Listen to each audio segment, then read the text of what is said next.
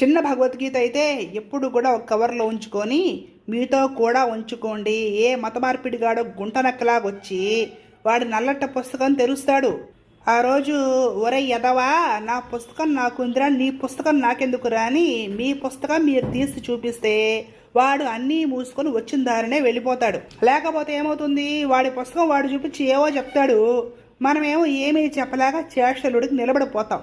మన పుస్తకం మన చేతిలో ఉంటే మన పుస్తకం గురించి రెండు విషయాలు మాట్లాడటం మనకి చేత అయితే ఏ ఎదవా కూడా సనాతన ధర్మం గురించి నోటికొచ్చినట్టు పేలే సాహసం చెయ్యడు.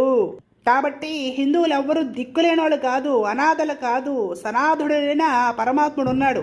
హిందువులందరూ మీ పుస్తకం మీ చేతిలో పట్టుకుంటే మీ ఆయుధం మీ దగ్గర ఉన్నట్టే. ఎడారిగాళ్ళు అన్నీ మూసుకొని మన జోలికి రాకుండా ఉంటారు. కాబట్టి హిందూ బంధువులారా, మీ పుస్తకం మీ దగ్గర పెట్టుకోండి.